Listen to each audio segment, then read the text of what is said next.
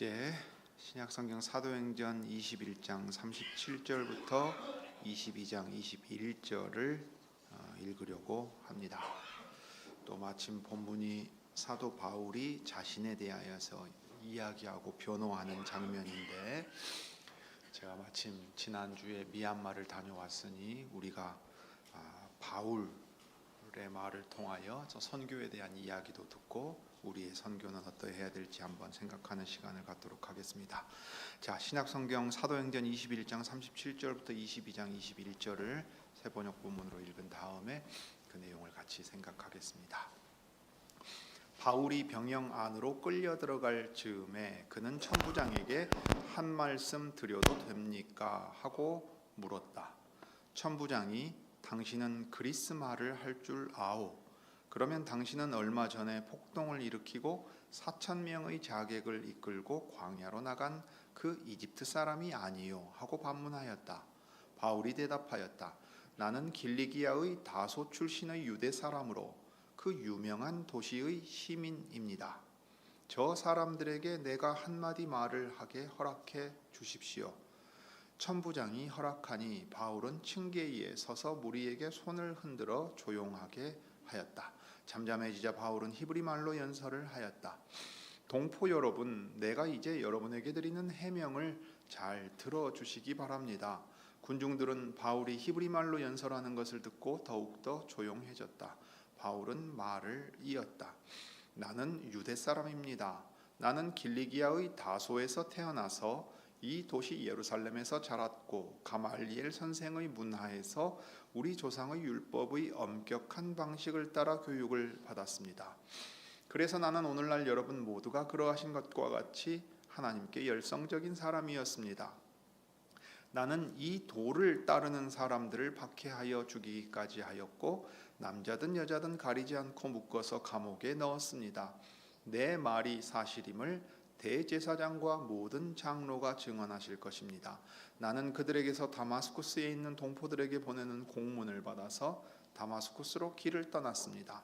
나는 거기에 있는 신도들까지 잡아서 예루살렘으로 끌어다가 처벌을 받게 하려고 했던 것입니다.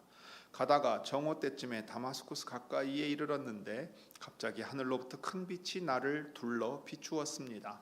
나는 땅바닥에 엎어졌는데 사울아, 사울아, 내가 어찌하여 나를 핍박하느냐 하는 소리가 들려왔습니다. 그래서 내가 주님 누구십니까? 하고 물었더니 그는 나에게 대답하시기를 나는 내가 핍박하는 나사렛 예수이다 하셨습니다. 나와 함께 있는 사람들은 그 빛은 보았으나 내게 말씀하시는 분의 음성은 듣지 못하였습니다. 그때 내가 주님 어떻게 하라 하십니까? 하고 말하였더니 주님께서 내게 말씀하셨습니다. 일어나서 다마스쿠스로 가거라. 거기에는 내가 해야 할 모든 일을 누가 말해 줄 것이다. 나는 그 빛의 광채 때문에 눈이 멀어서 함께 가던 사람들의 손에 이끌려 다마스쿠스로 갔습니다. 거기에 아나니아라는 사람이 있었습니다. 그는 율법을 따라 사는 경건한 사람으로 거기에 사는 모든 유대 사람에게 칭찬을 받는 사람이었습니다. 그가 나를 찾아와 곁에 서서 형제 사울이여 눈을 뜨시오 하고 나에게 말하였습니다. 그 순간에 나는 시력을 회복하여 그를 쳐다보았습니다. 그때 아나니아가 내게 말하였습니다. 우리 조상의 하나님께서 당신을 택하셔서 자기의 뜻을 알게 하시고 그 의로우신 분을 보게 하시고 그분의 입에서 나오는 음성을 듣게 하셨습니다. 당신은 그분을 위하여 모든 사람에게 당신이 보고 들은 것을 증언하는 증인이 될 것입니다. 그러니 이제 망설일 까닭이 어디 있습니까? 일어나 주님의 이름을 불러서 세례를 받고 당신의 죄 씻음을 받으시오. 그 뒤에 내가 예루살렘으로 돌아와서 성전에서 기도하는 가운데 황홀경에 빠져 주님이 내게 말씀하시는 것을 보았습니다. 그는 말씀하시기를 서둘러서 예루살렘을 떠나라. 예루살렘 사람들이 나에 관한 내 증언을 받아들이지 않을 것이기 때문이다 하셨습니다. 그래서 내가 말하였습니다. 주님, 내가 주님을 믿는 사람들을 가는 곳마다 회당에서 잡아 가두고 때리고 하던 사실을 사람들이 잘 알고 있습니다. 그리고 주님의 증언자인 스데반이 피를 흘리고 죽임을 당할 때 나도 곁에 서서 그 일에 찬동하면서 그를 죽이는 사람들의 옷을 지키고 있었습니다. 그때 주님께서 말씀하시기를 가라, 내가 너를 멀리 이방 사람들에게로 보내겠다 하셨습니다. 자, 사랑하는 교회 여러분, 지난 한 주간 잘 지내셨습니까? 한국의 여름 날씨인 곳 낮 기온이 30도를 넘는 곳에 있다가 한국에 돌아왔더니 춥더군요. 여름과 겨울을 오간 셈이 되었습니다. 오늘 살펴볼 본문은 이제 바울이 로마 군대에 잡혀서 예루살렘에 주둔하고 있던 로마 군대에 잡혀서 이제 그 병영으로 이동하는 과정에서 자기 동족 유대인에게 스스로 변호하는 이제 이야기입니다. 오늘부터 나오는 본문은 말하자면 바울이 잡혀서 그 잡힌 가운데 스스로 변호하고 그래서 재판 과정에 해당되는 내용이 길게 나옵니다.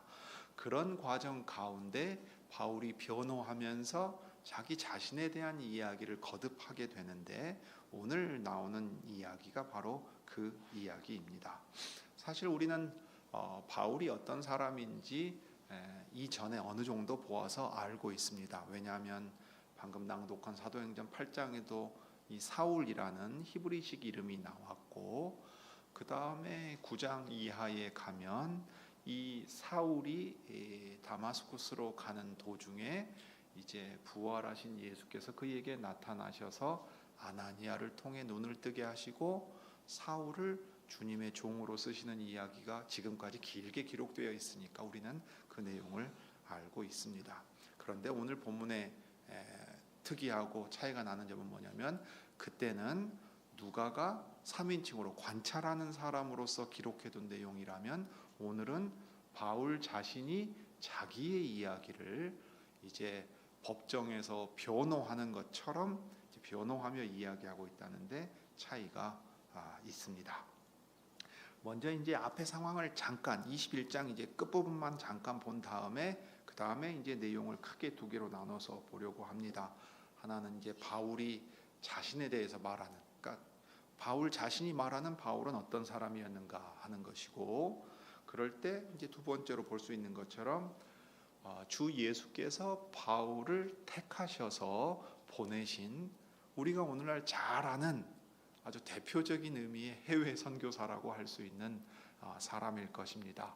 그러니까 바울의 선교사된 것을 통해서 그리스도께서 이 선교라는 것을 어떻게 생각하셨는가 하는 것, 그 다음에 바울은 어떻게 했고 우리는 거기서 무엇을 배울고 생각할 수 있을 것인가를 좀 생각해 보겠습니다.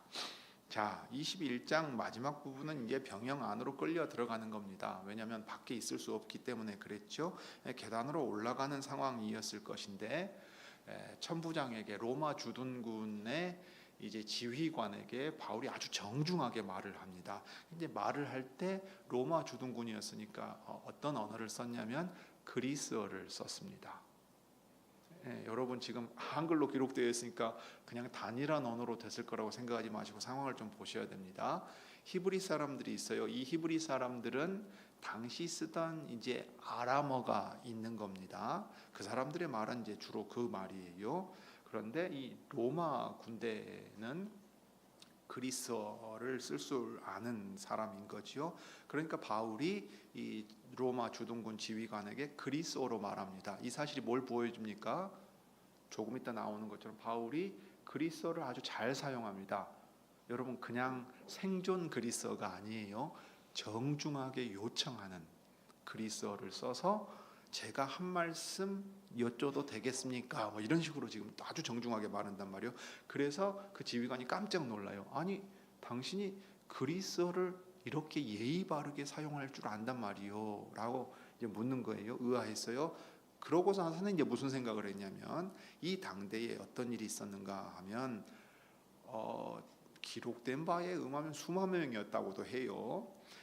그 다음에 아주 열심을 내서 암살 요원으로 한 4,000명 정도를 데리고 다니던 이집트 사람, 그리스어를 한다. 이것은 아람어를 말하는 히브리 사람 중에서는 아주 유식한 그 엘리트 정도나 돼야 가능한 일이니까 그럼 당신 혹시 이 소동이 일어난 게 저 이집트 사람으로서, 이집트는 완전히 그리스 문화 아래에 있었습니다. 그리고 그중 완전히 꼽힌 이제 특히 알렉산드리아가 그런 지역이었는데 당신 그저 이집트에서 그 폭동 일으켰던 사람 아니요? 이제 이렇게 딱 생각이 연결된 겁니다. 그러니까 바울이 뭐라고 얘기를 하냐면 바울이 이제 아주 단계별로 그리스어를 써가지고 정중하게 점층적으로 자기가 누구인지를 이제 이렇게 말합니다. 저는 어떤 사람이냐면 저 길리기아 다소 출신의 유대 사람입니다. 그 유명한 도시의 시민입니다라고 말했어요. 그러니까 천부장이 이 지휘관이 이 정도까지만 듣고서도 그러면 이 사람 함부로 대하면 안 되고 그 다음에 이 일에 대해서는 자초지종을 알아보아야 되겠다. 그 다음에 무엇보다 무슨 폭동을 일으켜서 뭘 하려는 사람이 아니고 벌써 그의 어투에서 나오는 것처럼, 그러니까 그는 학식이 있고 정중한 예의를 갖출 줄 아는 사람이어서 기회를 한번 주어야 되겠다 하고 이제 생각이 들 만큼이었던 거예요. 그래서 저 사람들에게 제가 한마디 말할 수 있게 허락해 주시겠습니까? 하니까 이제 지휘관이 그럼 하십시오 했어요.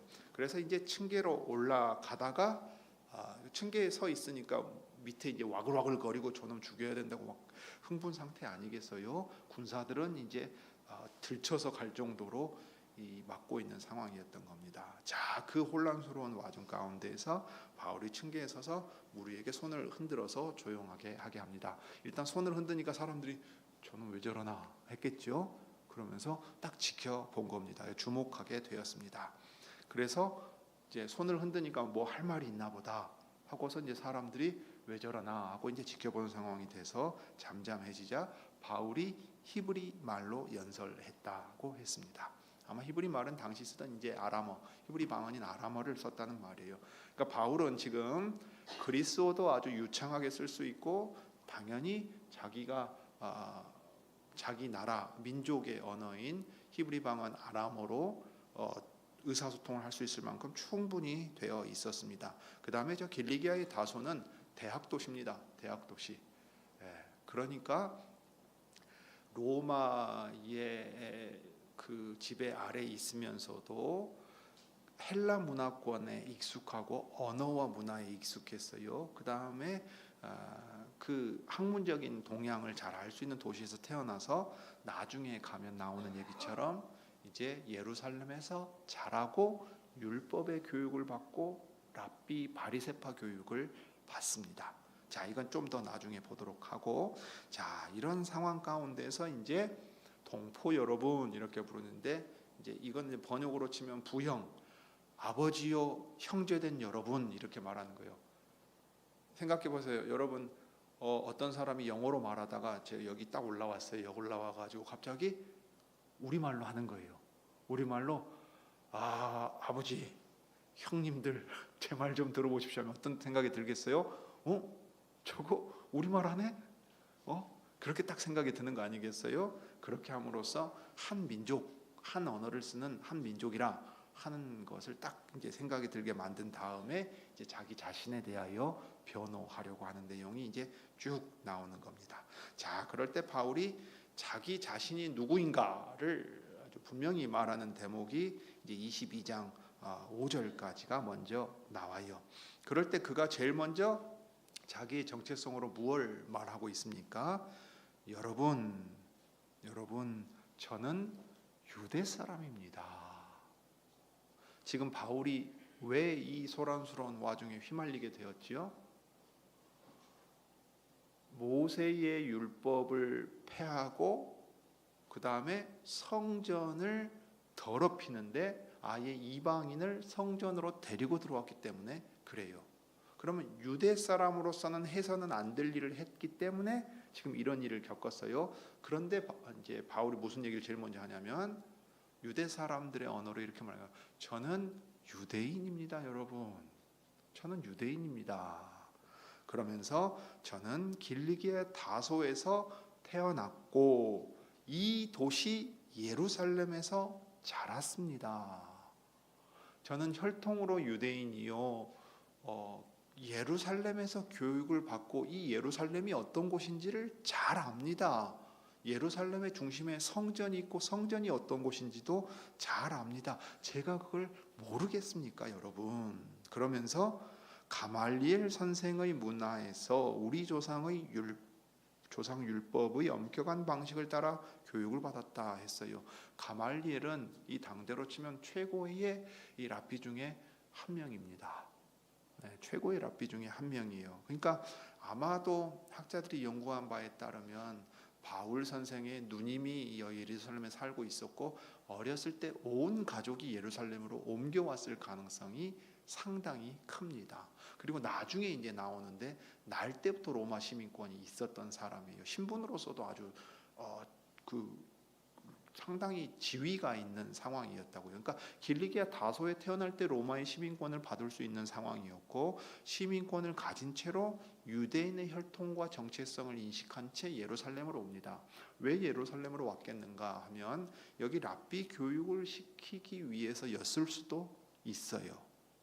그래서 당대 최고의 랍비인 가말리엘 선생의 문화에 들어가서 그 율법의 엄격한 방식을 따라 교육을 받습니다. 나중에 보면 이게 그래서 자기가 바리새파 중에 바리새파다라고까지 말하기도 하지요. 갈라디아 교회에 보낸 편지에 보면 그런 이야기도 있습니다.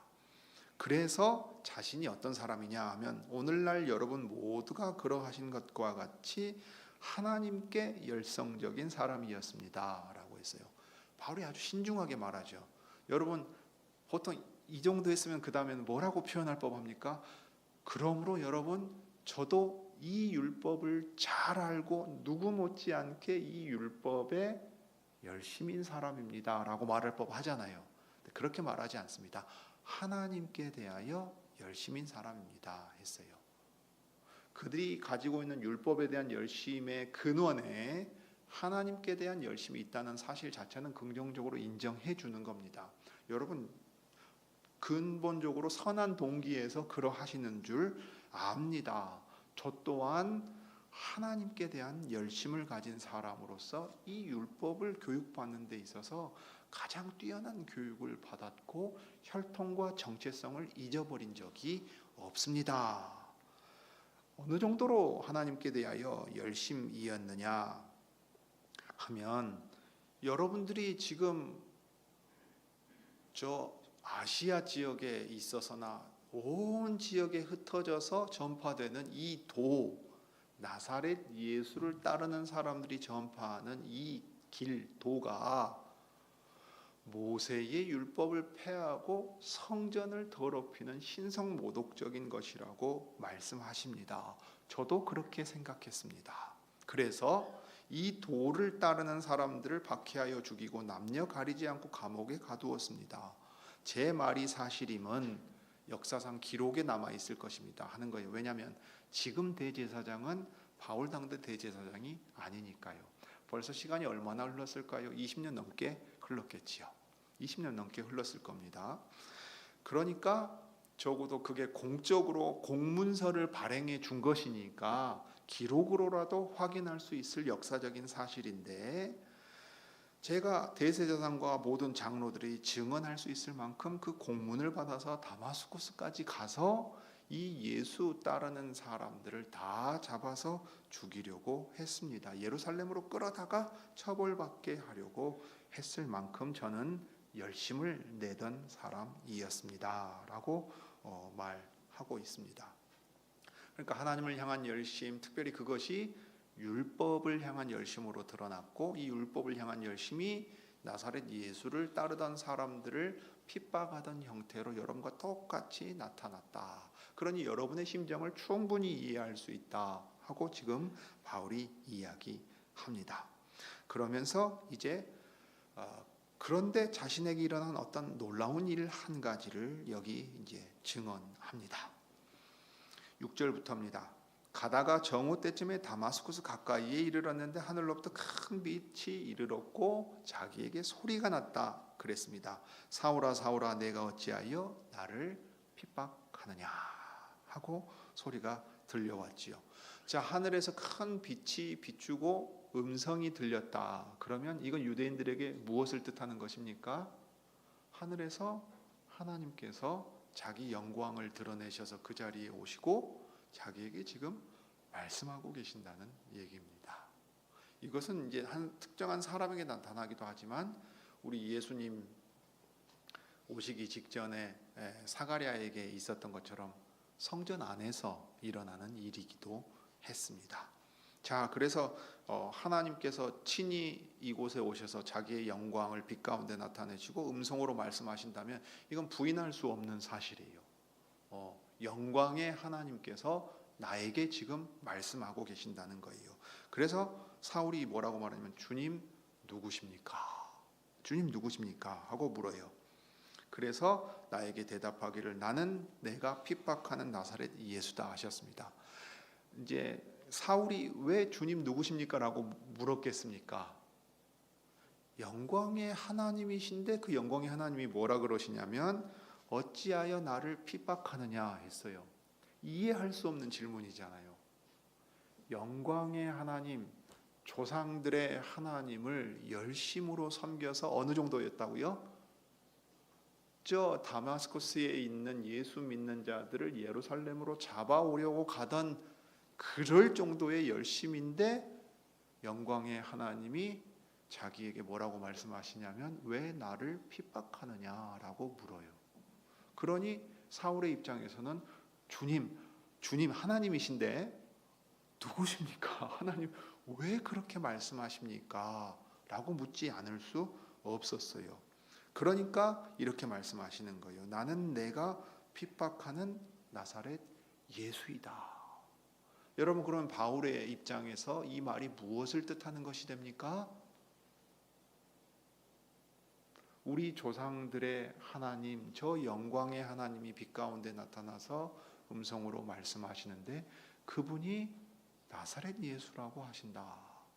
그러면 이 나사렛 예수는 그저 한 인간으로 자기 추종자들을 꾀서 저 하나님을 모독하던 죄인일 수가 없는 거지요. 그러니까 단적으로 명백히 자기가 인정할 수밖에 없는 사실. 오늘 이 음성으로 빛 가운데 말씀하시는 분이 나사렛 예수시라면 그분은 하나님이신 겁니다. 그분이 하나님이세요. 그러면 이 명확한 사실의 기초에서 다 엎어서 재점검해야 되는 겁니다.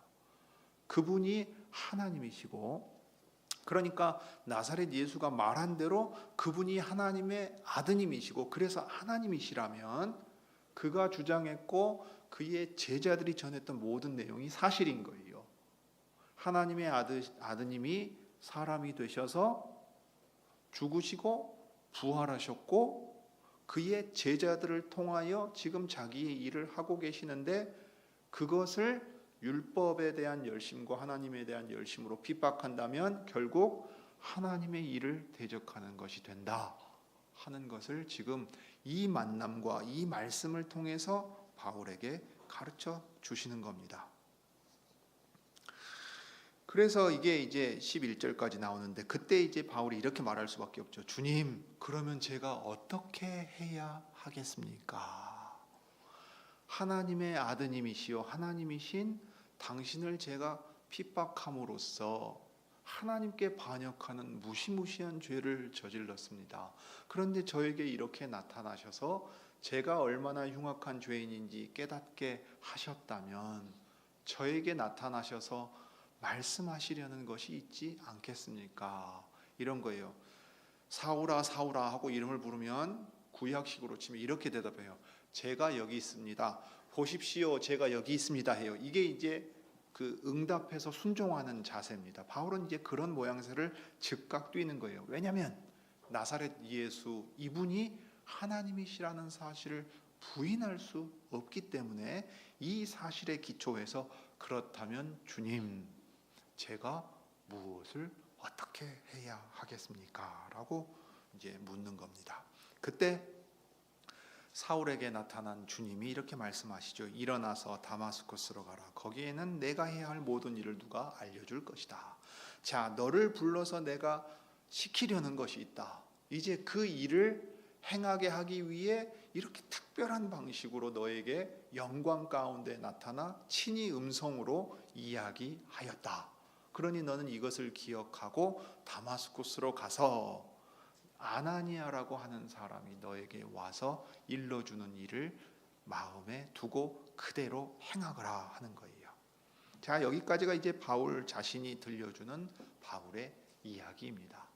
바울은 길리기아의 다소 로마 지하의 주요 대학 도시에서 자랐습니다. 그리고 날 때부터 이제 여기에는 나오지 않지만 로마 시민권을 가지고 있었고 헬라어로 유창하게 말할 수 있었고 헬라 문화권에 익숙했습니다. 그러니까 로마 제국 어디를 가든 그는 말할 수 있고 글을 쓸 수 있고 가르치거나 전할 수 있는 준비가 되어 있었습니다. 그 문화권에 익숙했어요. 더욱이 그는 유대인으로서 유대인의 교육 중에서도 랍비 교육을 가장 뛰어난 교육을 받은 사람입니다. 그러니까 사도들 중에서도 유대인뿐만 아니라 이방인에게도 나아가서 전할 수 있을 만큼의 모든 실제적인 준비가 다 된 사람이에요. 그것을 오늘 우리가 확인할 수 있습니다.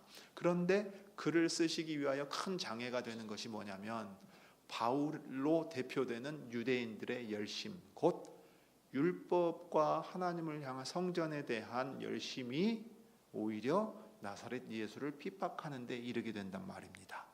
이 유대주의, 율법과 성전을 붙들고 있는 이 유대주의라고 하는 것이 이 당대의 가장 큰 걸림돌이 되는데 그것을 대표하는 사람이 오늘 여기 바울이란 말입니다.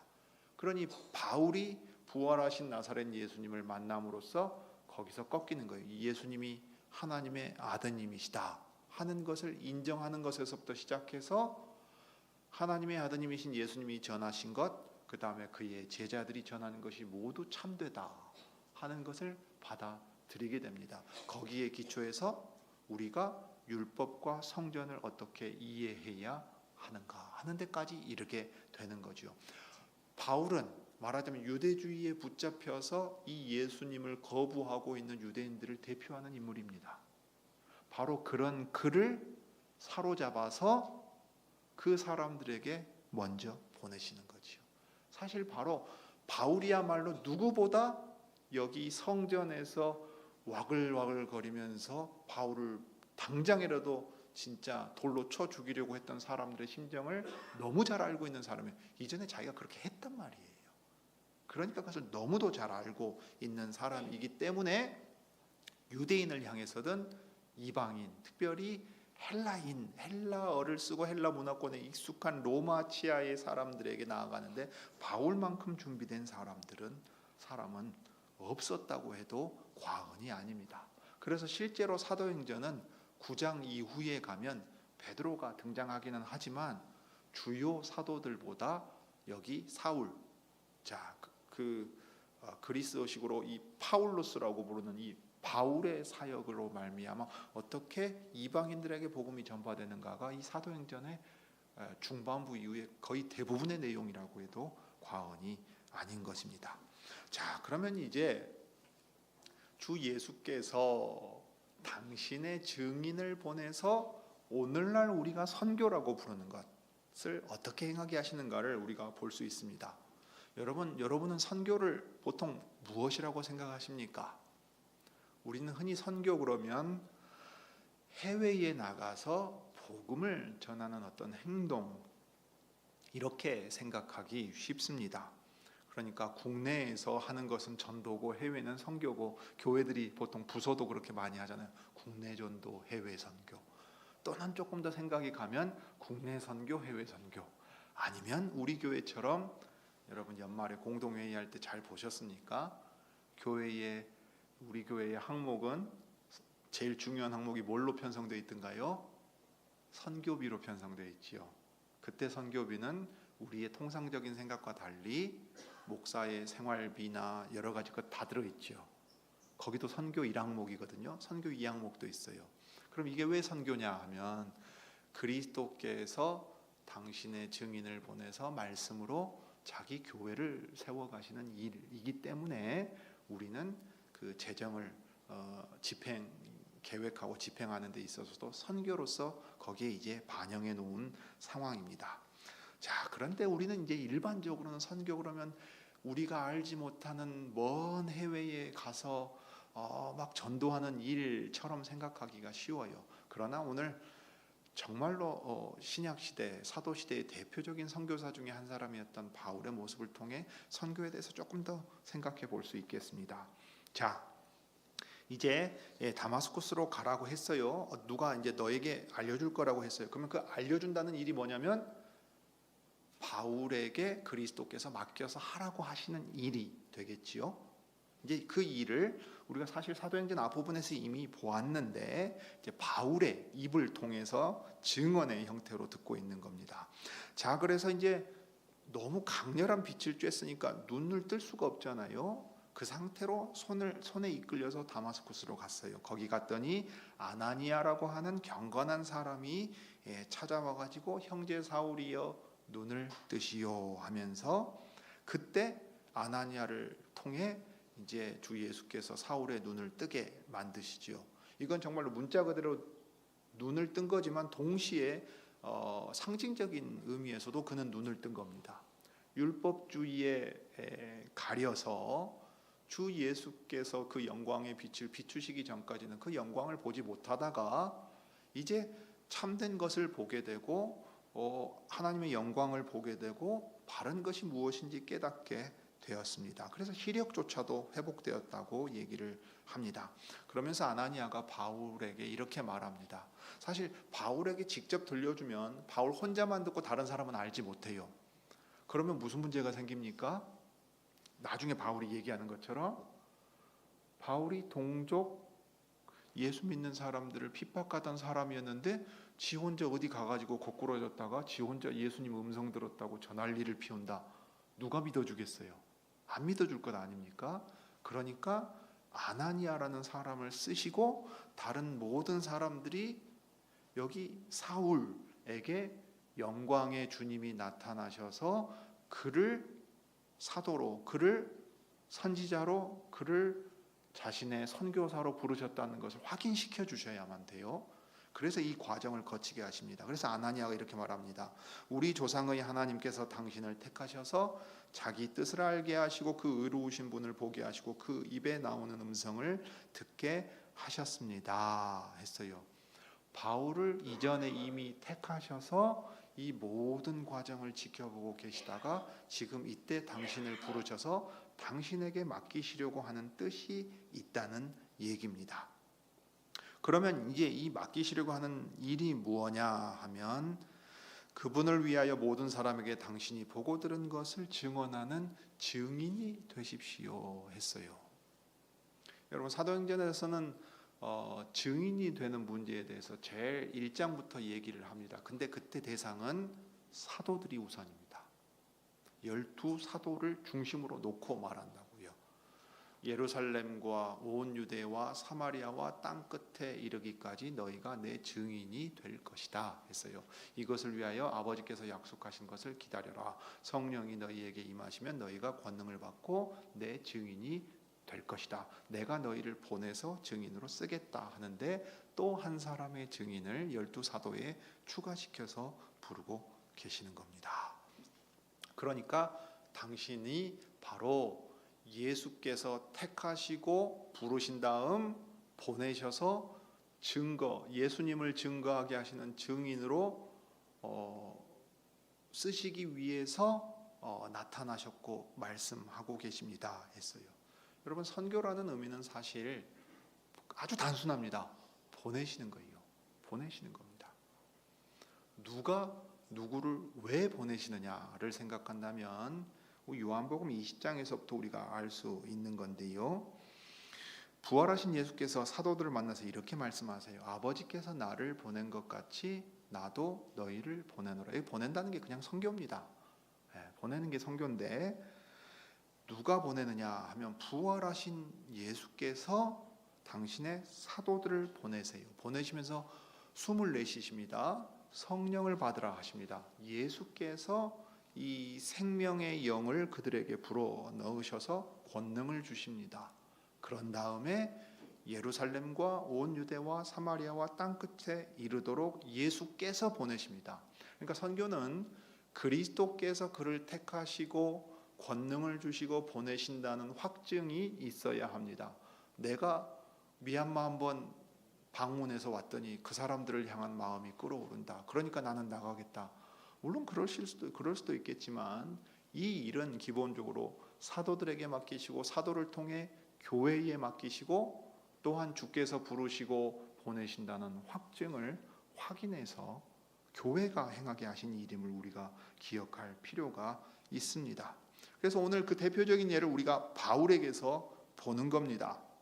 그래서 바울은 아나니아가 권한대로 일어나 주님의 이름을 불러 세례를 받고 죄 씻음을 받았습니다. 그 다음에 주님이 부르셔서 택하시고 부르셔서 보내신다 그랬으면 이제 기다려야죠.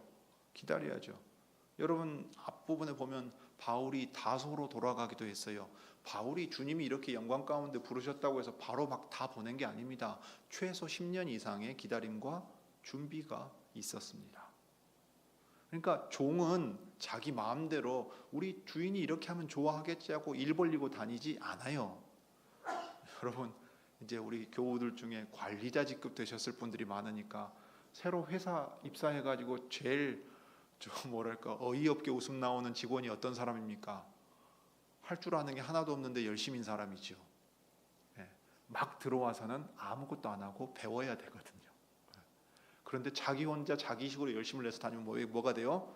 일을 하는 게 아니라 사고를 치는 거죠. 배워야 할 때 안 배우고 기다려야 될 때 안 기다리고 자기 마음대로 하고 다니면 오히려 이건 사고뭉치가 되는 거예요. 종이란 그런 겁니다. 주님의 종이라고 할 때는 종의 주인이 불렀다는 의식이 명확히 있고 종으로서의 사명을 받아야 하고 사명을 수행할 만큼의 자질과 능력이 갖춰져 있어야 하고 가라 하고 보낼 때 가는 겁니다. 이게 이제 종입니다.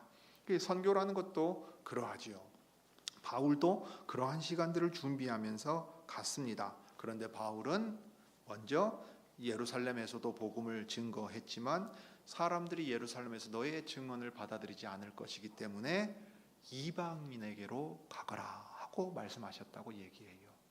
유대인에게도 전하게 하셨습니다. 그러나 궁극적으로는 유대인들이 그 증거를 받지 않으므로 이방인들에게 가는 길이 열리게 만들고요. 그래서 이방인들에게 다녀왔습니다. 바울이 3차 선교 여행까지 마치고 지금 돌아온 상황 아니었습니까?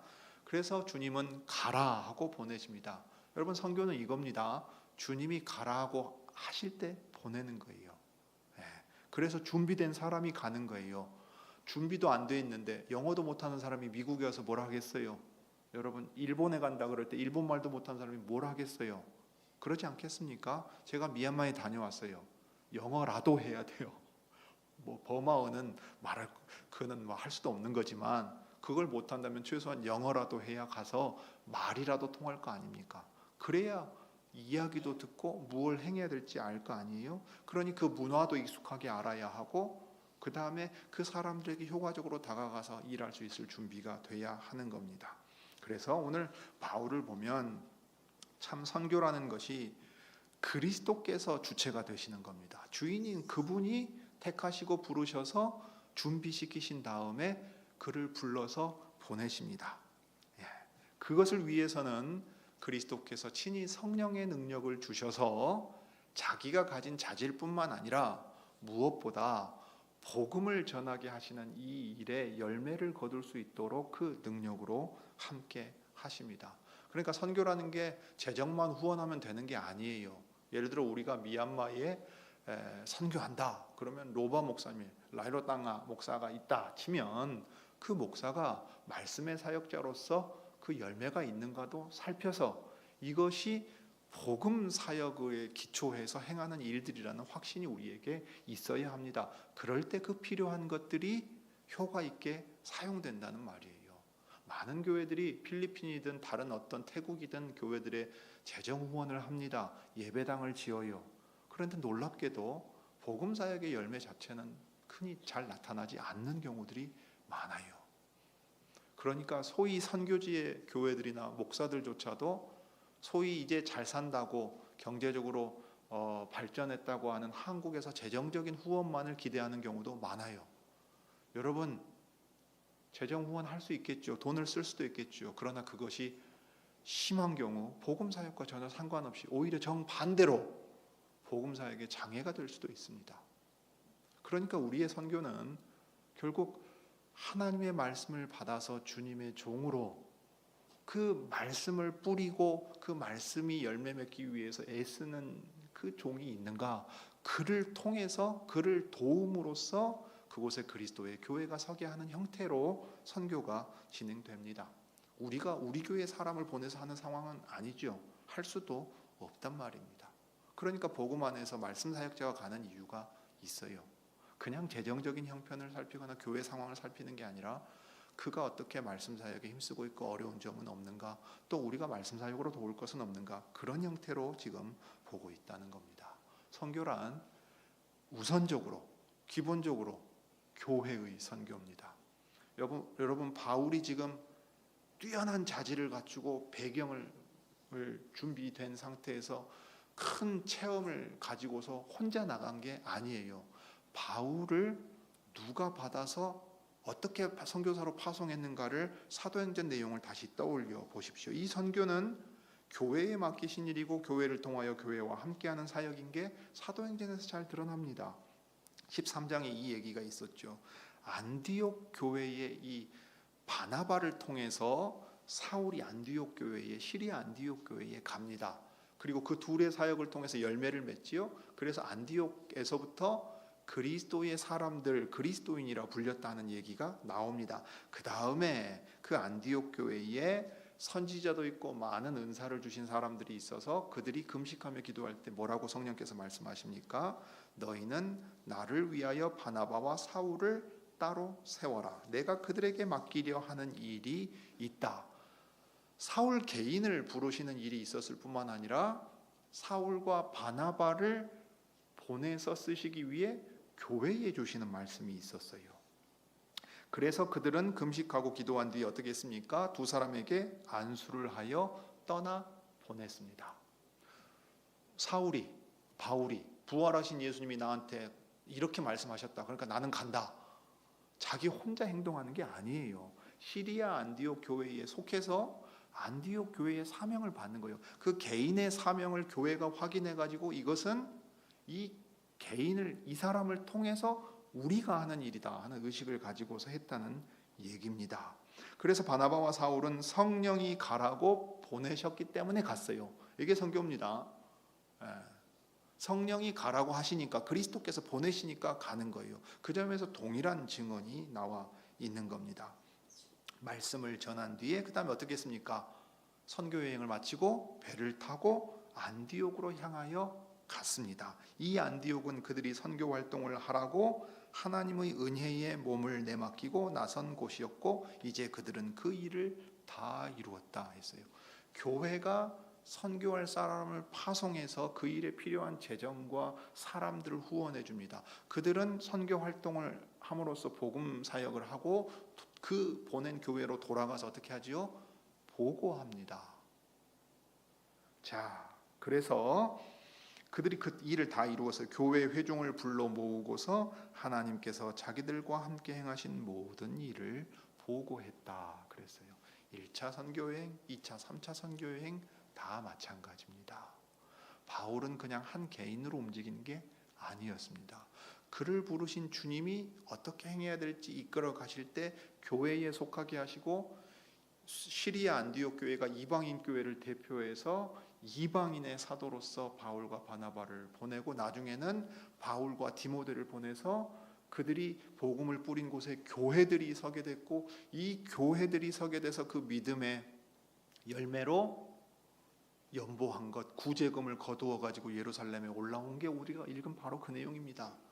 고린도 교회에 보낸 편지에도 그 내용이 가득 담겨 있지요. 자, 이렇게 선교는 내가 직접 나가서 뭘 해야 되는, 전도해야 되는 게 꼭 아닙니다. 주께서 그 일을 할 만한 사람들을 준비시켜 놓으면 그 사람을 교회가 확인하고 그 사람을 보낼 때 사람이나 재정을 후원함으로써 그 복음이 뿌려질 수 있도록 함께합니다. 시리아 안디옥 교회는 얼마나 기도했겠습니까?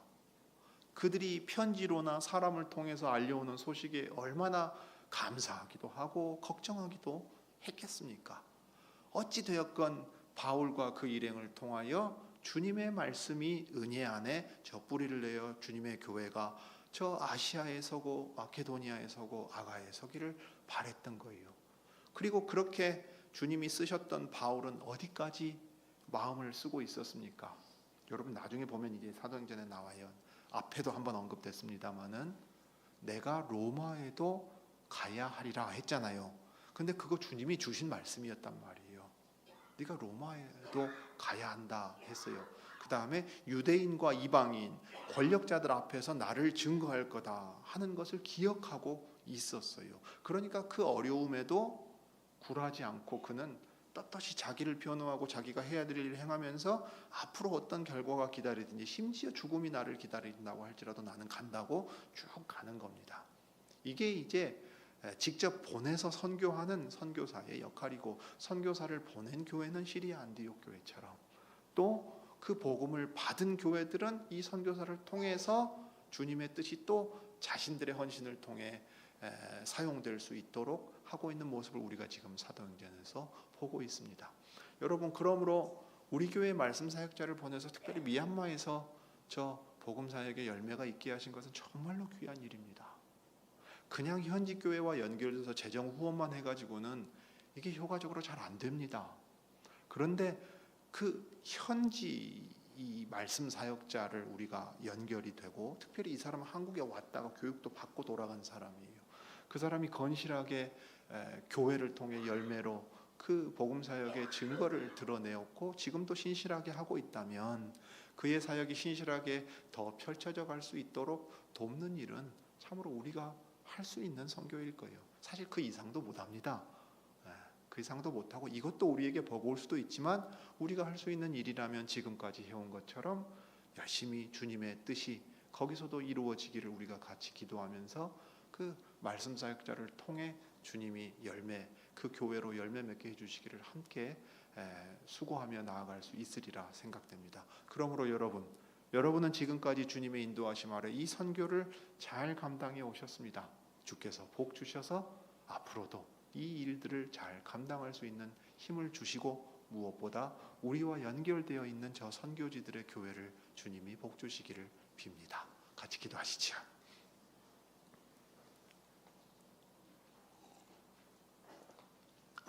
크신 하나님, 우리 아버지, 주 예수께서 저 사울을,